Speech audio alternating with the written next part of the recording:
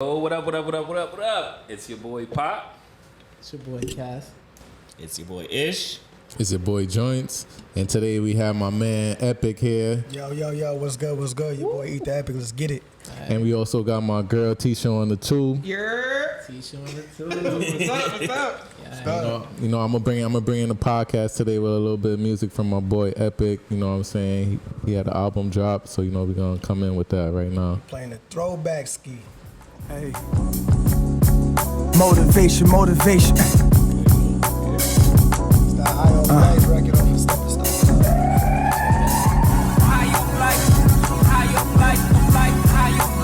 Fucking I'm wasted. I'm like high up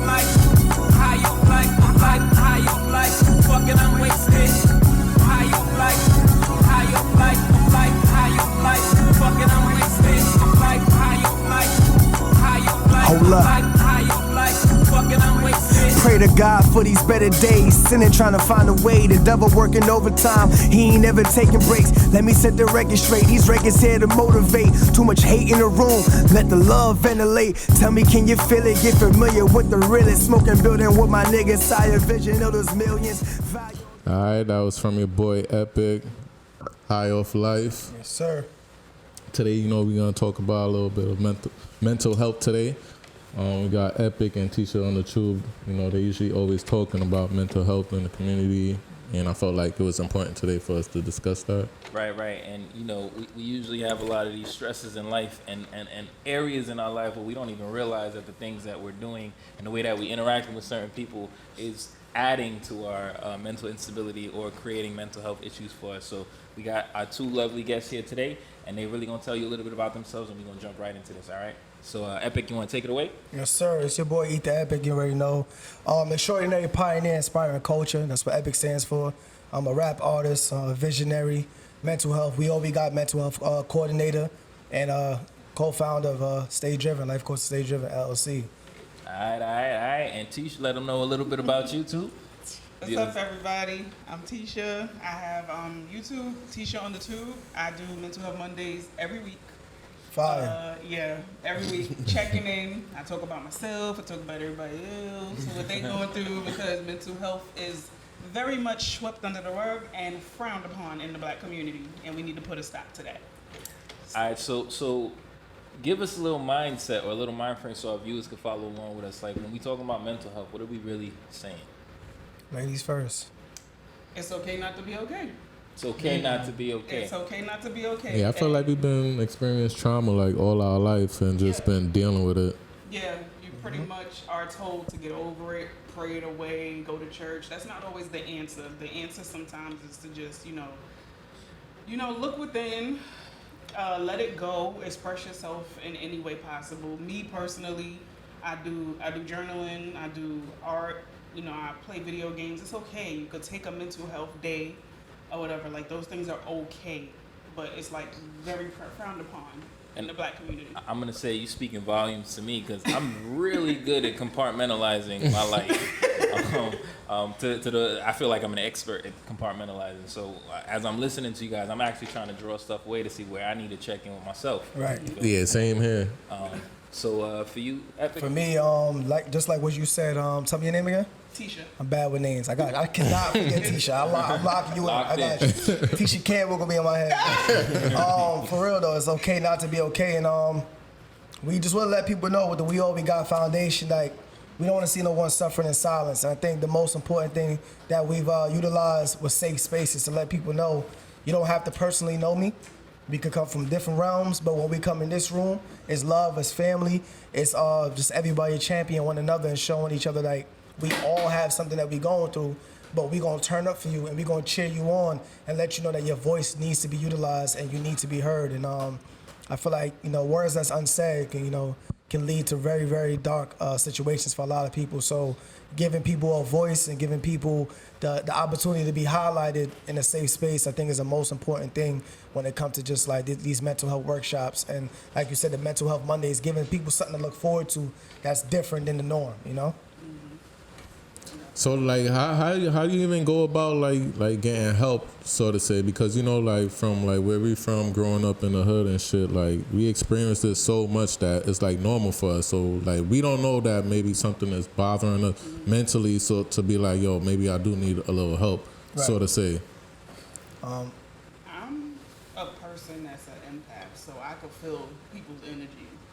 So he hates that. Oh, the energy. You don't like the energy talk? Here we go. I'm big on energy too. Energy and vibes Because you never can lie to feel me. that. Like, you Never can feel lie, it. yeah, and especially like I said, if you're an empath, you feel that. Like you kind of like it. I don't know. It's like it's a special type of like gift and curse. That shit is Look, annoying. man. I hate to sound picky, but is it really that you understand that somebody acts a certain way and all of a sudden they acting different, so now you're like, hey, something wrong with you, as opposed to like energy? No, it's both. Actually, like you could go from acting like a certain way and then like their energy is just like off or whatever, and you know, like okay, they're not usually like this, so something is like not right. Let me tell y'all the story. I'm gonna tell y'all the story. All right, so boom. Yeah. All right. So this is what happened, right?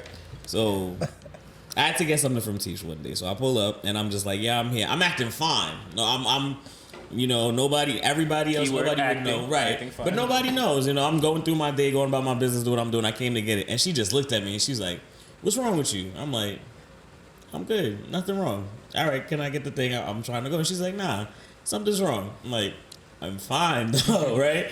Like, I'm good." And she's like, "Okay, you don't want to talk about it now. I know something's bothering you. Something feels off. I can see it." And I'm like, "See what?" Right? Like, I'm fine. I'm not doing nothing. I'm, you know, smiling. I'm my typical self. And she's like, "Something's off. You don't want to tell me yet. When you're ready to talk to me about it, you can let me know."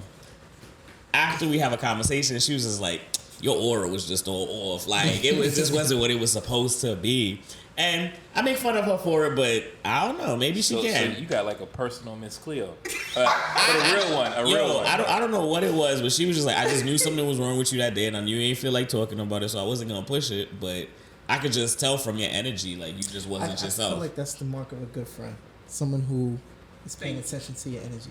Thank you. Oh, Shout out to don't get her Someone who's paying started. attention to your energy, and when it's off, they feel it. Like a lot of us, you know, people coming in and out of our spaces, and we kind of can sense if something's wrong. I guess Someone that'd you be gotta like care. that'd be like a cue in for like a step of mental health relief. I Yeah. guess you going through something, you got that good friend. Maybe that's Oh, to like check that, in on no, you. that definitely is a step. You definitely need a support system. If you don't have, I don't know. But if you don't have a support system, it's not gonna work because you'll have a lot of people who will point the finger and be like, well, just go pray it away. Just brush it off. One And question to that, because I know you do teach.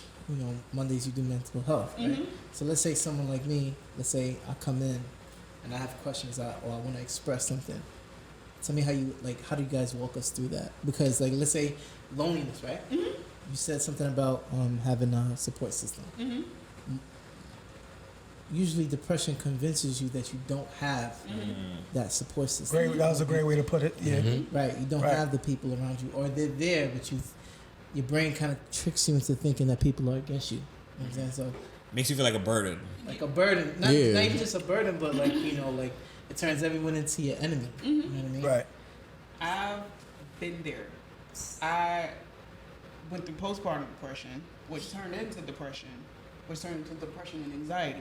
So what I did was, the main thing I was doing was like, I was consistent in going to therapy. I know that's not for everybody, but I was consistent in going to therapy because it gave me the steps to like move forward and actually work through what I was going through. And 9 times out of 10, if you don't have anybody to go to, I always say, I'm usually an ear. I have 2 ears and I have 2 shoulders. So if you need to talk, I'm here. I don't judge. I don't do any of that. Like, and a lot of people come to me to vent. People who I don't really have conversations with like that, period. They'll come to me.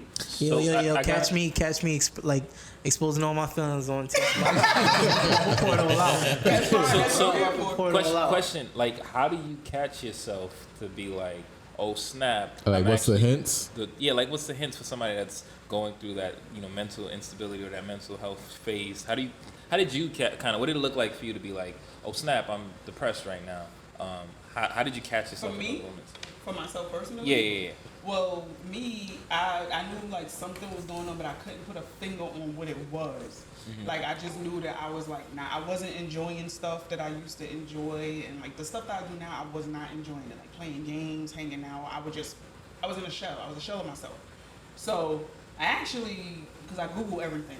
I Googled it. Okay. Oh, you I Googled depression? Googled it. I Like, Googled am it. I depressed? What is the symptoms? And they were like, loss of like, interest and Just not to cut you, but I'm not a fan of Google because Yeah. one time I had this little pain in my chest and I Googled it and it was like you got a parasite in your lungs.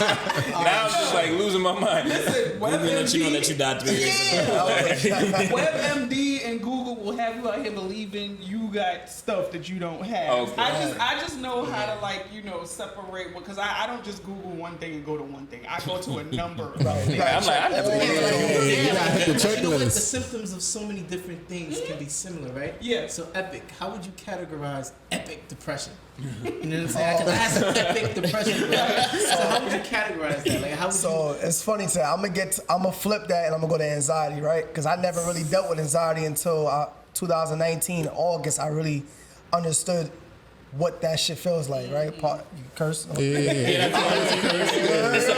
But, somebody asked me what does anxiety feel like, and I said it's butterflies times 10. So think of you having the butterflies, your nervous system is like over responsive, and you kind of sitting there, and you like, damn, like think about like for me, like as an artist or a ball player, you got a tournament. Before the game, you're nervous. Before you perform on the stage, you're nervous, right? You got the butterflies, right? Think about that times 10. Like you can't control it at all. There's no way that you have a grasp on it, and you just feel overwhelmed. Your legs are shaking, you're sweating, you feel like a wall's closing in on you, literally, like physically you feel like something's pushing you down. And then you start to like hallucinate, you know what I'm saying? Like it can lead to that, and then it can lead to, people just passing out and just stuff like that.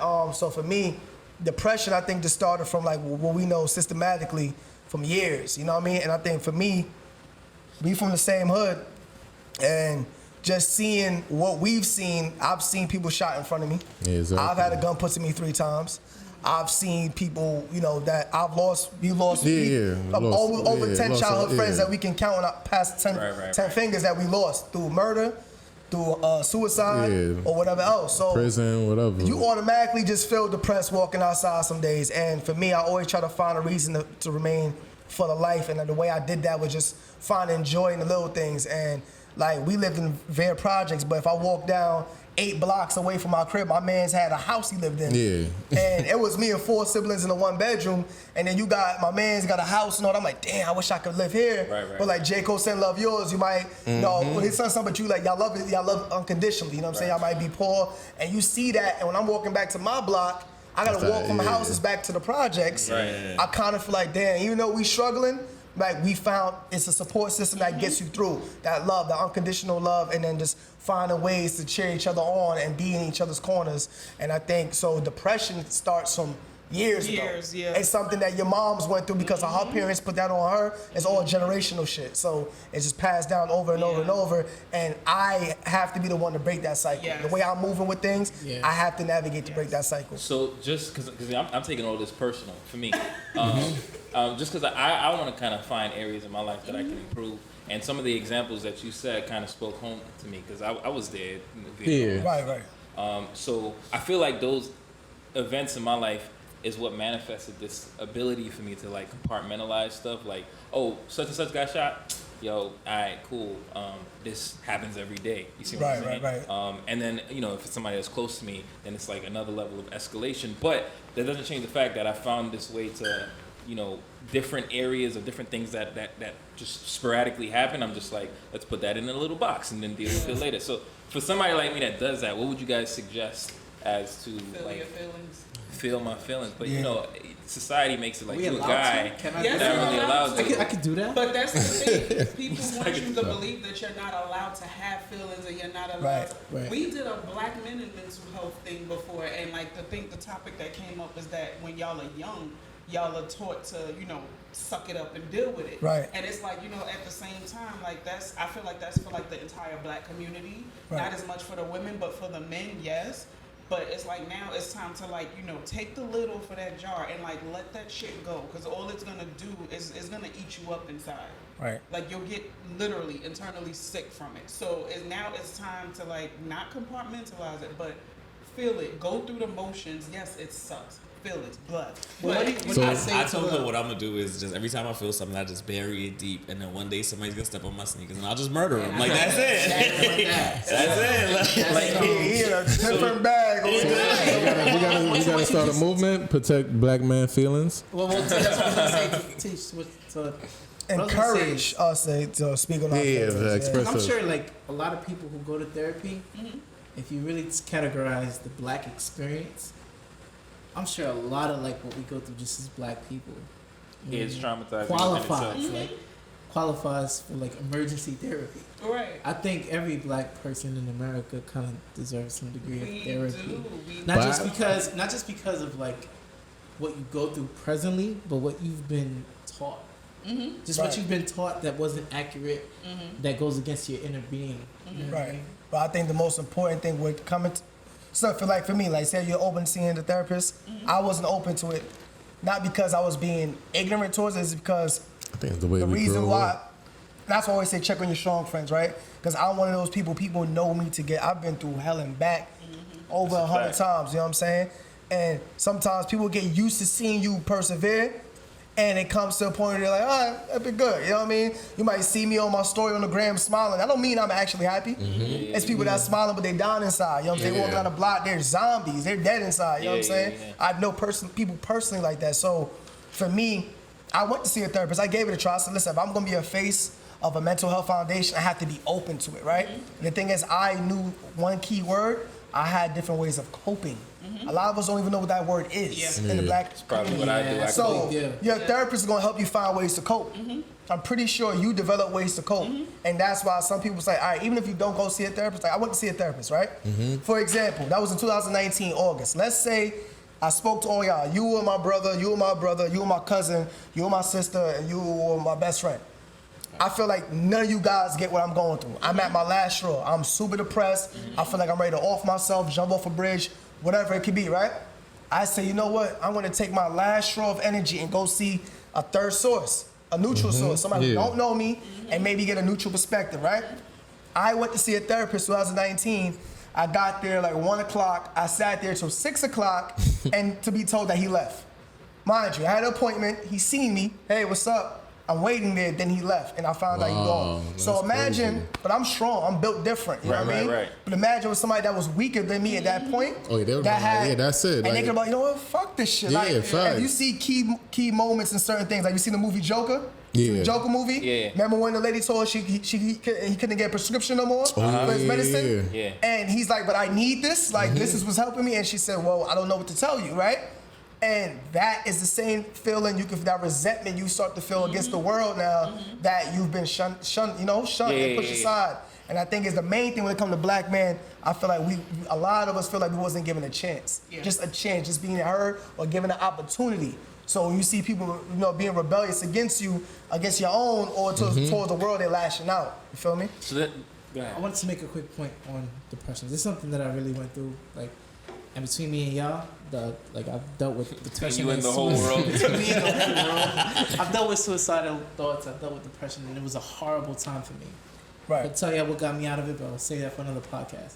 What I was taught and what I truly believe is that there are things that your body does that you don't account for. While since this whole podcast started, we all been breathing, but none of us been thinking about it. The same way we've all been breathing, our brain does things for us without us asking it to. Like breathing. The things that your brain does to protect you, there's a long list of things that your brain can do to try to keep you safe. Reflection, compartmentalizing. Right. All these things, your brain does it without you asking it, just to keep you surviving. Try to stick your head in water long enough, your brain will pull you out. So you're not always in complete control. A lot of depression is chemical. And what I just want the people to know is that all those feelings, even loneliness, is not your fault. There was a point in time where to be a human, to survive, meant you had to be in a group. That way of thinking trickles down genetically. loneliness is actually biological. So I wanted to make sure that it was clear with the people that a lot of the things that you're going through have nothing to see with you. They're not even your fault. And just by proxy of being a human being, you're going to suffer these things. You're going to go through all of these things. And a therapist is somebody who studies the mind. That's the real job of a therapist. They study not just the physical brain, but the mind, and they understand a lot of different things that the mind does. So when you sit with a therapist, they're really unpacking your life and trying to explain to you that at this point you tried this coping mechanism. Right. And at that point you tried this coping mechanism, like Epic said, and he's helping you unpack to see how you got to where you are. After enough of that, you start to once you can understand it, you can resonate with it, and it kind of just sets you free.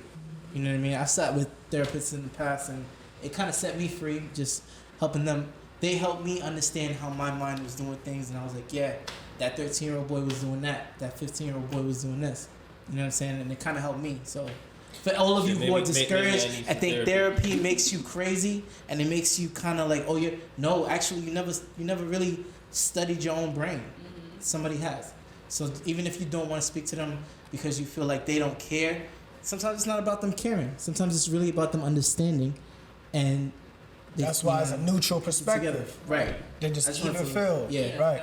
That's great. So what would you guys recommend? Because I feel like I have friends that may be going through stuff, but they're not comfortable maybe to just go out and be like, yo, Pop, I got this issue. They just gonna like man up, stick their chest out, and just go through it. So like for the outsider, because y'all already know I compartmentalize, and I'm working on it, and I'm listening to what y'all saying. I'm trying to take as much as I can to kind of unpack my life. But for those people who are on the outside and they see other people that are going through this, like, what's a good way for us to respond? Because I understand, again, like you're saying, we have our own coping mechanisms and people want to do their own things. But if I see Joints, for example, going through something, he's moving different, like, how do I kind of like let him know that I'm here for him? Because just saying it, like you said in your example, like the brother, the cousin, just saying like we here for you and you good doesn't necessarily or all the time work. Sometimes enough. They're just like, watch this. Cool. Tisha, how you doing? I'm good. How your day going? It's going good. You ate today? I did. All right, I'm proud of you. Thank you. You in the crib? Yeah. I'm gonna pull up on you. Got you. Bang. Checking in. It's okay. It just starts from something as simple as that. Yeah. Because a lot of us feel like our friends or certain family members are not just checking in. I've had people say, yo, bro, I'm proud of you, I love you. Yo, and this is when I wasn't working, just doing thanks and all. Yo, sent you $50. I'm gonna met your card, get some food. It don't gotta be about the money, it's the thought. It's that initiative, like, yo, are you good? That random text, and let's say it's your birthday, right? You waiting for him to hit you up. You might be getting your shorty, you know, you get everybody say happy birthday, but you know, there's a couple people you really want to hear it from, you know what I mean? So it's kind of like that. When you get that happy birthday, bro, I love you, like, yeah, that's my dude. Yeah, I was waiting for my gunner. That's my right hand, you know what I mean? So it's the same way when you suffering, you kind of really want to know, do I really have a support system? Y'all was saying. Right. You don't know if you have it. Even if you see these people, are they active? Yeah. I don't care if I knew you for 10 years. Are you active? What are you doing lately? Right. What have you done now? You know what I'm saying? So just me calling Tisha, texting her, what you doing? It's like the 90s, right? I pull up, my apartment's across the street from the park. Yo, D, yo, hey, Q. Some juice. Can you come pull up on your man? A lot of us haven't adapted, like they didn't integrate well. To all my people, man, like I didn't integrate well with technology. When that phone shit came out, like I'm still thinking back on the color phone. Like I didn't integrate well, so if I didn't check on you lately, yo, Epic is right. I'm trying to make some improvements. Because that's actually a good point. But I mean, that's all of us. Don't just like beat yourself up. Yeah, don't beat yourself up. Like, it's the baby steps. But I feel like I guess what I pulled from that, because what you said was powerful, but what I really pulled from that, and I hope that it didn't fly over our viewers' head, is I didn't just approach the dude like, yo, it looked like something wrong with you. I didn't do that. Like, I peeped game something wrong with you, and I didn't even bring it up. I just said, hey, you good? What's good? So I haven't tried that. And to add, I like that whole point. Yo, D, I'm proud of you, bro. Yeah. You know what I'm saying? I learned I don't talk to these guys like this. They just know I'm proud of them. Look at this guy right here. I work with the youth, right? I was at a job with Rising Grounds, right? And shout out to McFadden. He hired me when I had no job. I was struggling that whole year, 2019. Still pulled off a bunch of events, did a whole thing, a lot for the community. But I was working with the youth, and they 16, 17 is the alternative program. It was right across the street from Mega Evans College. You would never think it's all with that type of situation inside. It looks nice from the outside, right? But they're looking at you like, you don't love me. You here for a check. F out of here. Like, they sizing you up. You know what I'm saying? I ain't crazy big. I'm 5'9", 170. Hey, but they looking at me, and these kids is big. It's a grown man. Beans and steak. Beans, greens, tomatoes, you name it. Right, but what I learned is how important it was to learn touch prompt. Your approach is very, very important. So it's called I forgot the dude that trained me, but he was going to Grand Conquest for training. That's how we had to learn grapples and all that. Like, Oh shit. but what he taught me was touch prompt. You got to learn the sandwich effect, and that's basically you compliment them. So I can see your t-shirt, yo, I like that Mental Health Mondays. That shit was looking dope. I tapped in on the live, boom, boom. I'm like, yo, I got a suggestion though, and it has to really be constructive criticism.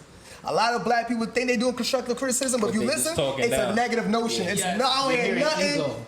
Huh? You hearing ego. Right. Yeah. You hearing ego. You hearing a real and combative energy about what they feel about your vision or what you're doing. It's not like Might be like some all bad that's energy dope. type shit. Right. So if the kid was acting up, let's say you one of the bad students, you swung on the counselor, you was wilding, right? You 6'4", and it's really, some of them. There's some you need grown men. 4 people to really grab with them, put them in the upper torso. Like you gotta learn all that, right? But I'm like, yo, Jay, come walk with me, because you gotta know how to approach them, right? And just like going in these schools, I worked in a lot of schools as well, and I see how they work with the kids, and they just, you can have a degree, you can have all the credits you want. But if that you don't have no really- connection, you got no That's it. connection. Yep. I agree. So if I pull you to the side, I'm like, yo, I like what you did on Monday, but I'm like, yo, I do think, tell me what happened with you and Jay, like what started that? And a certain kid would know who they able to open up to, because you're not coming up, you're not judging them. But they also told us, don't walk to them forward, stand to the side of them.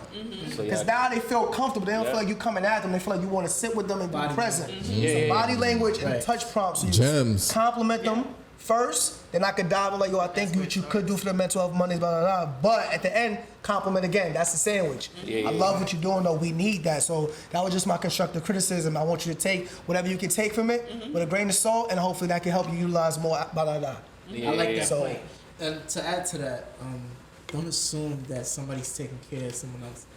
Like, don't assume that this person doesn't need anything because you think that they're probably in abundance of just attention.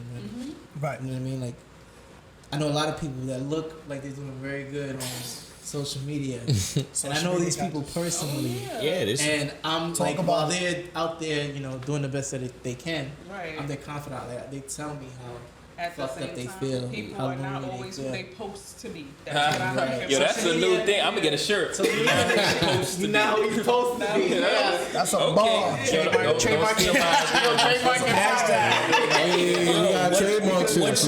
What you just said about checking on people. So last night me and Tish went out. Where's my You say y'all invite? went out? See, look, Yo, I'm don't unpacking. I'm Yo, unpacking. Pop, let me Where's tell my you the invite? story. He told me the same thing last just now when we was driving over here. But you know, I wanted to say the same thing you said. I said, you know, I'm gonna let him rock, man. Nah, we not letting you rock. You checking in. Let me hear the story. Alright, so they Nah, I'm gonna let you rock. I'm gonna let you rock. You don't got they going. want backstory. Backstory is I was supposed to have a date. She flaked on me. I was aggy as fuck. Tish was like, all right, fine. Don't stay in the house. Let's go out. And I'm like, yo, I don't want to do nothing. She's like, nah, we got to go out. Da, da, da. She was That's like, when we did Mario Kart. right. That night. I was aggy as fuck. And she was like, all right, fine. And I I'm ain't like, get all an right. invite to Mario Kart. Yes, you did. Yes, you did.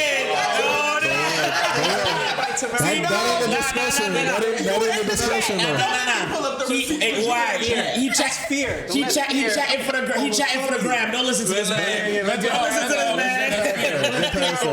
So, right, he was scared to lose. That's what it was. So we go out yesterday, and I give Tish driver lessons. We were in Gateway Mall parking lot. It's like midnight. First of all, before that, he wanted to just drop me off home and think that was the end of the night. And I'm like, no. We're not about to do this. No, we're going to do Oh, this. gosh. I'm like, no, I'm not leaving you. We unpacking. We're not unpacking. What we're doing is getting to the point of this.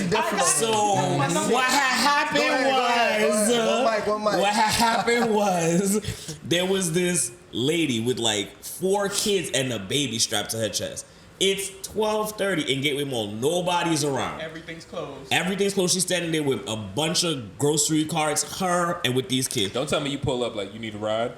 I did not, but me and Tish were driving around, and we made a few turns, and they were there, and like 20 minutes passed, whatever, and I'm like, I wanted to check on them. Yes, I pulled up on them.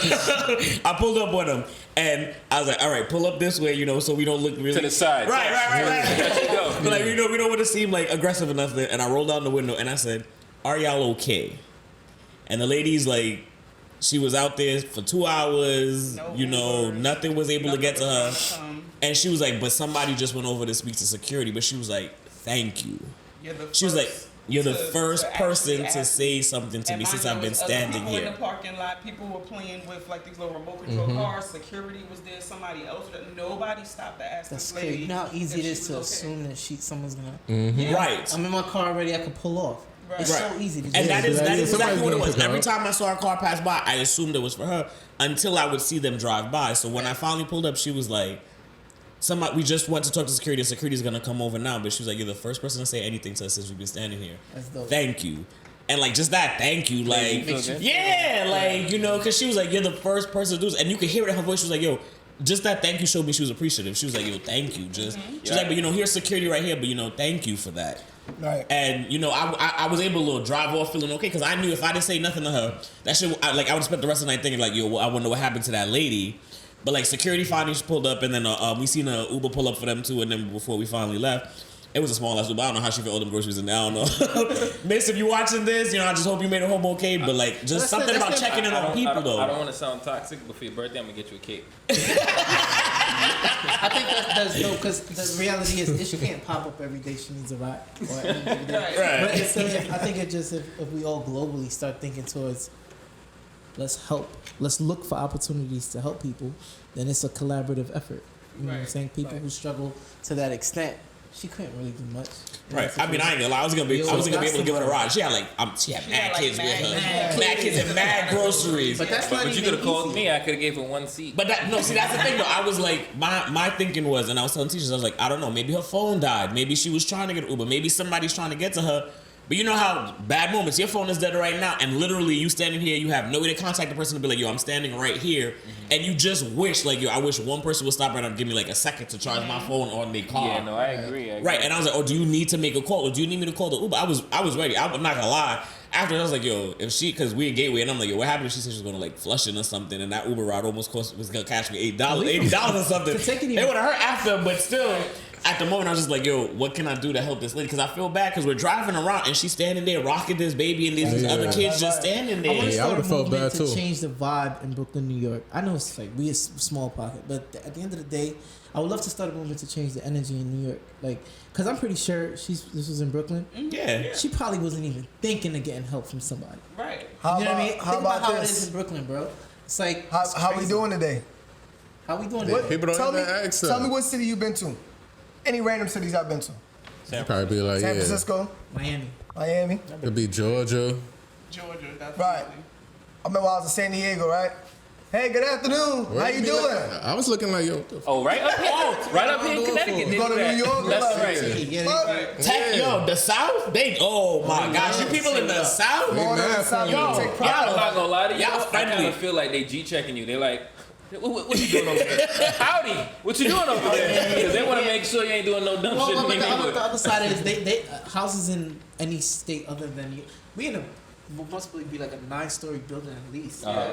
People on top of each other here. We take it for granted that we see people constantly. In the South, they don't see people like that. Yeah, Your that's house why, is like yeah. miles Your away house is from a any mile kind of away, civilization. Yeah. You walk into Walmart, that's where you see all They your don't take friends. it for Like, granted when they see you. Before I forget, the story that you gave me, what I kind of took away from that, and correct me if I'm wrong, is that with the whole mental health thing, it seems like we are the issue, like the population itself, not being able to just give each other that moment of gratitude.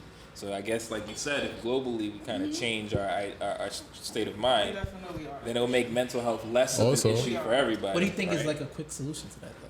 there's no quick solution. There is no quick solution because everyone's greedy and we live. No, I mean like for all of you, for the viewers that are watching right now, that agree with what we're saying and they want to take action tomorrow, and not feel like because we can say this and they do what forget, Epic- but you know do what? it tomorrow to like make themselves feel like they're adding. Am Do I- what Epic just said. Start with the what up. So, if you live, like you said, right? You might live in the same building with somebody, right? Right. She's doing Mental Health Mondays. I tell people this. I've seen so many people watch me promote the We All We Got. Yeah. Mental Health Foundation. Shout out to my team, Stay Driven, Kane and Butter, Hez, Alfonso, Reef, everybody who was really, Christina, people who helped me along the way. You know, we got the 13th event coming up. 13 mental health events in the trenches, in the mud. Ain't nobody ever did something like that, ever. Right? I see other people doing it, doing mental health events. I'm not mad. But instead of reaching out and let's collab, they watching, they lurking, and they want to compete. Right. There's no need to compete with me. You can do what you want to do. The execution will never be the same. Because you can ask people, when they come to our events, it's not, hey, when you come here, you depressed, what's going on? We don't do that. My events is strictly a vibe. And we putting people on, right? We gonna get to that. The point what I'm saying is, if y'all live in the same building and he know you going through something, let's say I pull up to this crib, nigga, room dirty. Yeah. He ain't responding to messages like that. He kind of got no energy. And it's like, how much people we know from our hood when we ask, yo, what you up to? Oh, just work. Yeah, that's it. How much people y'all know that just, they could have been NFL players, NBA players, doctors, whatever could have been, and life get them. Their jobs, work, whoever they working for get them. Like, people come back, yeah, just been working. Yo, you still do poetry? Not really, bro. I've been working, you know, still play ball. And why? Because we let the new system that we've been incorporated in take away our passion, our creativity, right? So the baby steps is literally just saying, yo, I'm about to go play ball, come on. Come play ball. Or you tell your friend, like, I'm about to go to the gym, pull up. Or I'm about to go for this walk to Prospect Park, pull up, we smoke a spliff, like, you know what I'm saying? Mental health, and don't keep throwing the word Stay in your space. Stay in your Don't space. keep throwing out that word mental health too, like, and over and over. Like, yes, we have a mental health foundation, a wellness event, but we don't keep saying mental health. We say your wellness, how you feeling, just your whole, your whole like being, yourself. Because people like, yo, what? Like, when they hear that word, they're running away from it. Right. So some people who have never been to my events, like, okay, you don't want to come to the event, you're not open to it, but please tell somebody, one of your family members, your coworker, your spouse. I bet you know somebody that's going through something that needs this shit. Don't be selfish. Give this information to them. If you're not ready for this right now, we still here. We ain't going nowhere. But let someone else know that's going through this, know that there's access to someone in their neighborhood, in the community that they can go talk to and be a part of something and feel a complete difference when they go I there. don't know one more time where to catch. For real, that's deep shit. So the We All We Got Foundation started November 2018. And the reason why I started it because I think I seen Charlemagne. He was on the he did like a live therapy session on BET with Axe Dress. And I was seeing shows like 13 Reasons Why and stuff like that. Yeah. And that show was a good show, but it just shows, it highlights a lot of the traumatic situations with the urban community or whatever community is with the white kids. And I feel like there's no one talking about what we're going through out here. The suffering we got to, to live is to suffer, you know what I'm saying? And I always tell people I feel like pain is infinite. You were born into this world with pain. You know, you came through the womb, it was pain, and when you leave the earth, it's pain. You know, you're in the funeral, the casket. Yeah. But happiness is to be maintained. You know, that's longevity of life. So I just felt like, damn, I was asking my girl at the time, I was like, yo, like, do you think I could pull off something where I could just have people come and we just talking about how we feel, have some snacks and some little shit, and just talking about just like how we feeling, what we going through and some of the traumas. Like, yeah, I think you could do it. And I really had a moment that day. I broke down crazy. And just to fast forward to see me have events with people sitting on the floor to navigate and building consistently and putting together these beautiful ass workshops. We have guest speakers at every event. We got vendors, we got the DJ, we got the bartender. Key thing, no hard liquor. Never no hard liquor in my events. It's wine, mimosas, champagnes. You make little mixes because I can't be having you talking about what you're going through drinking Henny. You might slap the shit out of somebody. They say something that shit and you like, what? Anything's possible. Right, but to Teesha, like, in terms of the mental health Mondays, like, what made you want to start? I know I feel like I'm interviewing too now. Because we on the same lane. And one of the things, I do a lot of things, but the mental health, I'm super passionate about it. Like, I can get more into it, but I want to make sure me and you on here because the mental health Mondays, like I said, giving people something to look forward to. Why do you feel the mental health Mondays was something you needed to do? Because it started mostly because first I'm a mom. So I knew that I had to correct myself for my children the most. But it was just like the whole thought of, go through all of this, and it's like nobody really wants to like talk about it. People want to sweep it under the rug, and I used to do that until I realized it made me sick, like physically made me sick. And I was like, okay, I can't bottle stuff up anymore. I have to express myself. So it's just like going through like different phases of life. Like the first job I ever had, we used to do circle ups, and I've never seen a job do stuff like that where we actually have meetings and we talk about the day, we talk about what happened or whatever. And literally, I've had a bunch of jobs since that job, and that's the number one job I put on the pedestal because we would check in every single day. That's crazy. With each other. We would check in with the kids, we would check in with the adults. We would just check in. It was always, we always sat in a circle. That was the number one rule. Always sit in a circle so you can see everybody's face and everybody gets a chance. We're not skipping over nobody. So that stuck with me at such a young age. And I was 17 when I had that job. And it stuck with me to this day. And it's kind of like my inspiration for what I want to do in my life. And because I know so many people who are going through stuff or whatever, and because like I can relate because I went through stuff and I bottled stuff up, it ignited a passion in me to be like, okay, I know I'm not the only one going through this, so let's talk about it. Let's stop hiding it. Let's talk about it. And the minute I noticed that I started bringing it to light is when I see everybody is just like they're not afraid to talk about it now.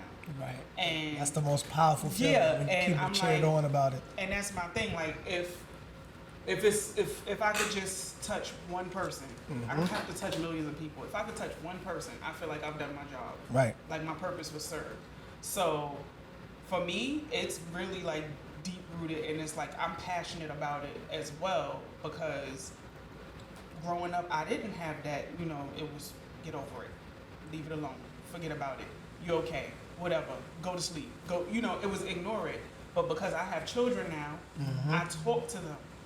And it's like, a lot of people feel like kids don't have feelings too, and they do, they have feelings. So I allow my children to tell me, well, you were mean to me, you yelled at me or whatever. I allow them to have the freedom to tell me that and correct myself, or I let them know, well, this is why this happened. So when you do this is my reaction. If you don't want my reaction, do this. And they understand. I love that. I think that's so dope. No. A lot of people don't see like your mental health of today is your building blocks from the past. Yeah, you are a combination of everything that you've been. Definitely. How you were taught to create interactions or relationships as a kid. It's all from the home. If no one intervened at any point, it's how you build relationships as an adult. Yeah, that's true. See what I'm saying? It's just. Well, let me ask you, like, while you was going through like your mental wellness, like, were you in a relationship? Different. It was like, I was single and I was also in a relationship. But that's when it hit me the hardest, when I was in a relationship and I had my children or whatever. Because I didn't know what to call it. I just knew I didn't feel right. Yeah. But I had no idea what it was called until I got older. And I was like, okay, so. And I was afraid of that word too, like mental illness. What the hell does that mean? Right. Were you expecting like your partner to be there for you? I really was. But I had to because I felt like he wasn't there for me, I had to be there for myself. Because that's when I hadn't noticed that I had lost myself in a sense. And I was like, nah, you have to show up for yourself. Right. So I just started doing things. What helped me was going back to work and becoming like my individual self again, like finding my own purpose. So once I did that, then I started going back out, rebuilding my social life, and that's kind of how I pulled myself out of it. Might not be the same for everybody. Everybody's situation is different, but that's how I did it, and that's how it worked for me. Right. So it is a lot. It is like different. Like I said, it's different phases because even when I was single and I didn't have any children, I was going through it then too, but I didn't know what to call it. Right. So. And that's why I tell you, don't keep saying that your mental illness, like your I mental didn't health. You're understanding it, but whatever your situation is, your trials and tribulations, whatever period of pain or suffering you face, what were you going through? How do you feel?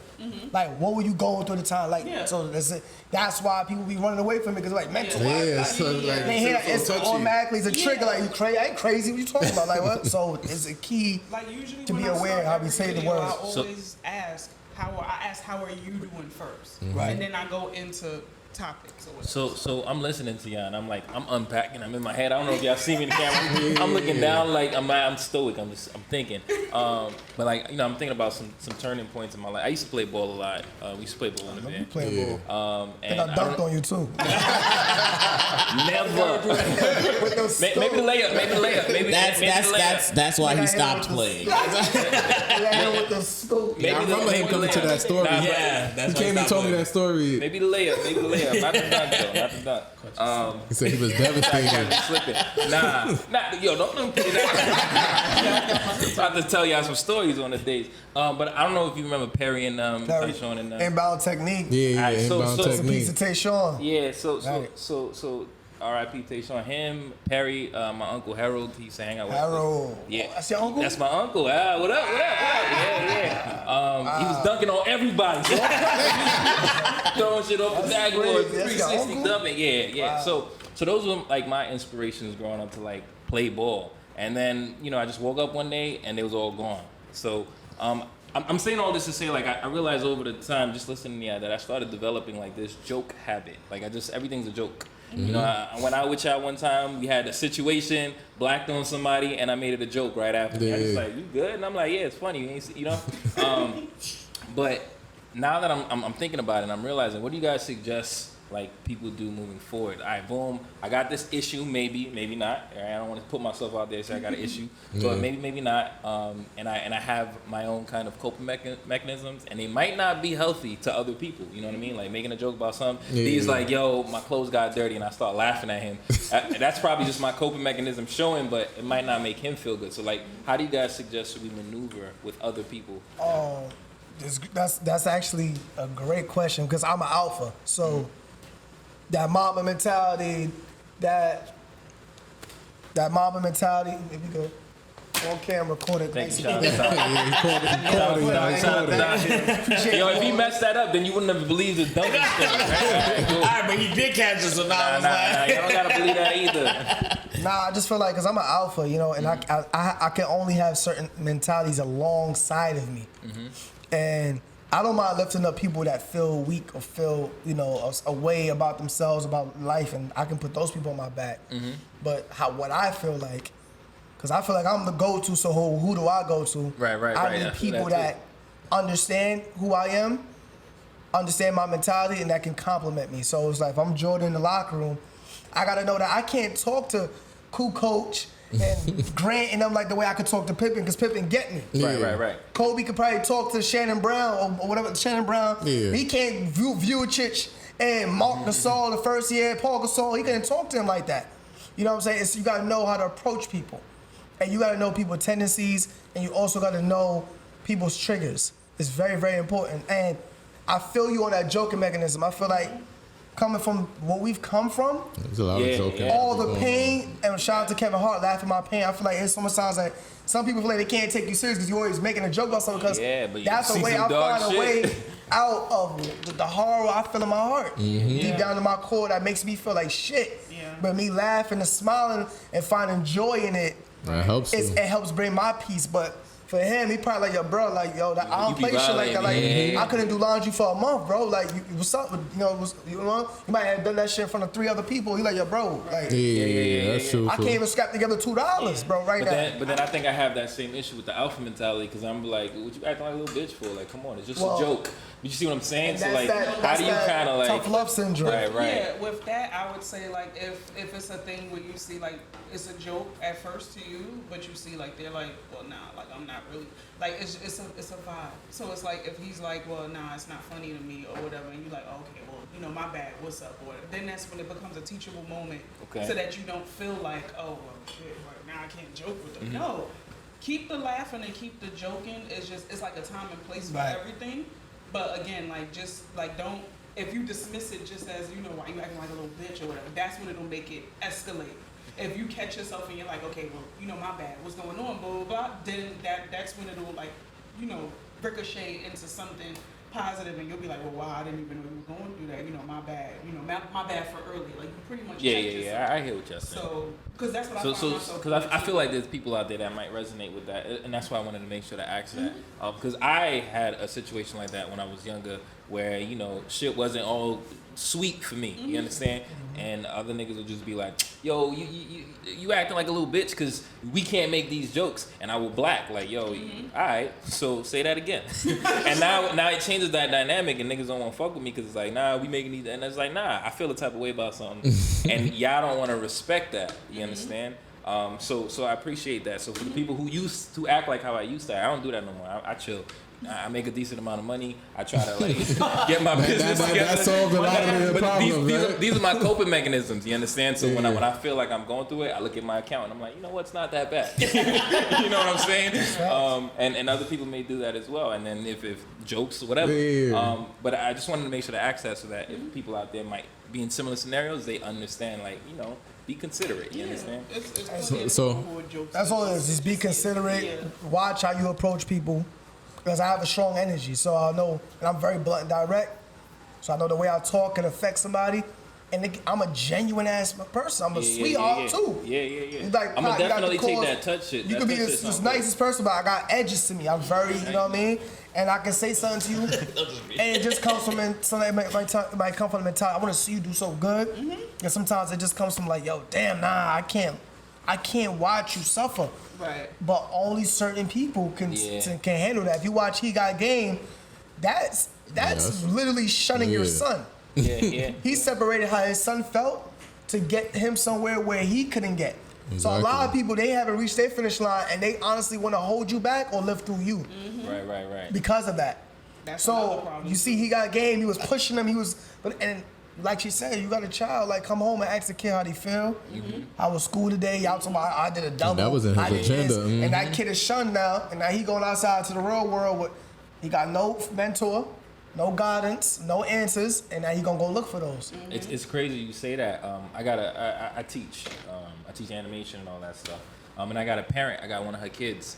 Shout out to Miss Lisa. Yeah, you know who you are. And I asked her one day. I was like, yo, your kid is phenomenal. Like, you know, he does everything that you would expect a kid at his age to do in a classroom setting with his peers. And I'm watching him. I see how he's moving, and I'm like, yo, if I have a kid, I hope he does half of the stuff your kid do.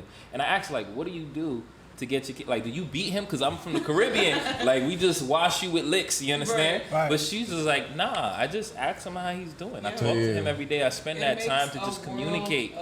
And I'm like, that's what's up. And I took that. It makes a world of difference because I've been working with kids since I was 17. Right. And I've had, my favorite type of kid is the bad kid. I love the bad kid. They Why? dope. Because it's layers to them. More entertaining. Yes, I've had some of the worst Entertaining kids. ever. Unless it's that kid with the iPhone, he turn on the water and he's looking down at it. Those bad kids is the real superstars. The bad Like, kids, they have all the potential. They're not bad, they're misunderstood. That's Right. what I learned. And Right. once you learn like the backstory and like once you unpack the layers from them, you understand why they are the way they are. I had a kid who my first week working with him, he was cursing at me, he was wilding out in the room, whatever. Come to find out, a week later, his teachers in school calling him stupid. He's supposed to be in like the 4th or 5th grade and he's in the 3rd grade. Like, it's all kinds of stuff. Like, you know, his family, they lived in a shelter. It's all kinds of things that was happening with this kid. So I actually had a meeting with his mom, my supervisor, whatever. We unpacked all of that, and I said to him, I looked him dead in his face. Never mind his mother, his supervisor meeting. I looked him dead in his face, and I said, you're not dumb to me. I will never call you dumb. I'm here to work with you. I'm here to be here for you. Right. You have to allow me to do that. So, me saying that to him Changed his whole life. changed his whole perspective of me, of life in general. Then he started flourishing. Now every time he see me in the hood, what's up, Miss Williams? Yo, You know, that's stuff like that's that. crazy So, you say that. Yeah. Just a little backstory. I don't know if you guys remember Dennis. what's that? Dennis, light skinned Dennis. Oh yeah. Dennis. Jamaican. Yo, Dennis, Hold on. he left a memorable impression. Just growing up, like I used to get. Yeah, me and expelled. Dennis' first impression wasn't too good. It wasn't good? Yeah, because we started off like it was On a like rocky on a fight note, you know. Because what I'm saying? Dennis tried to be the alpha, I guess. but yeah, I used to get expelled a lot. I was always getting in trouble, right? And I transferred to the school. They put me in Dennis's class, and the teacher did roll call. right? This is how I knew Dennis was a bad kid. Right? He just did roll call. Shout out to Dennis, man. Everybody's introducing themselves to me. Hey, what up, Pop? What up, Pop? They ain't call me Pop back then, but what up, Pop? What up, Pop? And she goes, can you say your name? She's talking to Dennis. Dennis gets up and says, y'all don't like me. I'm like, damn, he's the cool kid in the class. I got to with him, right? But that's to say on your story, like, it's usually the kids that are the bad kids. They have stuff going on with them, but and they just he's a stand-up guy. Yeah.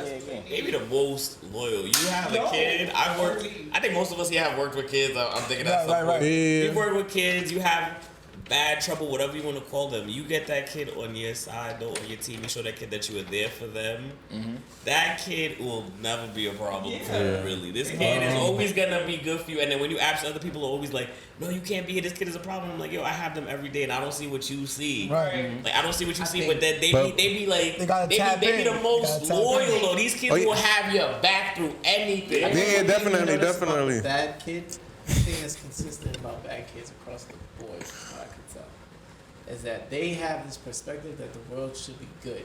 Right. And they notice that this world operates complete opposite of what they think it's supposed to be. Well, you could say that And thinking they from the don't sit outside, well- like don't sit well with it. Right. Like they're upset about the fact that the world is not what they were supposedly taught it was supposed to be. Right. And so they react. And some of them just take advantage. Some of them just take advantage. I was really just reacting to. I come from a very full family. I had a big ass family, like, and we were like very archetypical, like, you know, how my parents thought it should be. And I got shout out to my family. I got a good family, but the reality is it was too perfect. Like when I say perfect, I don't mean like she was hard, but it was perfect in the sense that it was full. Like it was just, you know, like my parents taught me that I should be good and the world will be good as long as I reciprocate good. And the reality is that ain't the case. The world ain't good. The world ain't good. Yeah. The world ain't good. It's crazy out here. And all your good thoughts may be met with bullshit. so you gotta learn how to. you finished? Yo, that's you talking about mental wellness. How you gonna kill himself? You just said it. I'm gonna jump off a bridge. As a Caribbean person, as a Caribbean person, you know what I'm saying? Don't kill yourself, man. I love you. But you know, I just wanted to get in touch back with Epic and Teesh, you know what I'm saying? If y'all have anything, you know, future in the plannings, you know, just go over it real quick, let the people know. Oh, word. How do you get to the job? Word. Oh, well. Hey, I need you to ask whatever you feel like. I feel like he wanted to ask a couple things and he kind of. Shy. Go ahead, ask Teesh. But go ahead, Teesh. Go ahead. Now, you can find me on YouTube, youtube.com/TeeshaOnTheTube. On Instagram. We'll spell it out for them. Just Teesha on the Tube, TeeSha. Oh yeah, I was not getting that. Tube, I got y'all. That's on Instagram, YouTube. So it's on link to all of Facebook. it. I have Insta bio, so everything is on there. You can find me there to contact me. My email is TeeshaDenise@gmail.com. So. And you say you do Teesha mental health Mondays. Every Monday on YouTube. All right, so y'all check that out. Epic. We got a lot coming, man. Like I said, I want you guys to lock in April 6th. Very important day. Information about that day is coming soon, real soon. I want you guys to lock in May 16th. And we got a lot coming with just the Mental Health Foundation. And we got, people know what's up already by now. They know what we're doing. Plug the gram all the time. The gram for the brand page of everything we do is functioning under Stay Driven. So that's @_Stay Driven. That's the lifestyle, that's the movement, that's the inspirational page of all the things that we got coming your way with the content. My page is EtherEpic, ETHER, like ether, non-smoke, you know what I mean? EtherEpic, ETHEREPIC. We got a lot coming, we got a lot on the way, and I just want you guys to make sure y'all tapping in. And I appreciate them being on this podcast today. You know what I'm saying? Just us black collectives coming together, creators in the room and talking. I spill. iightSoBOOM, letting these thoughts go. That's it. And this is good vibes. This is how it's supposed to be. You know what I'm saying? For sure. Yeah. So, all right, thank you, everybody. And that's another episode of iight, so boom. All right. Good. Good shit, everybody.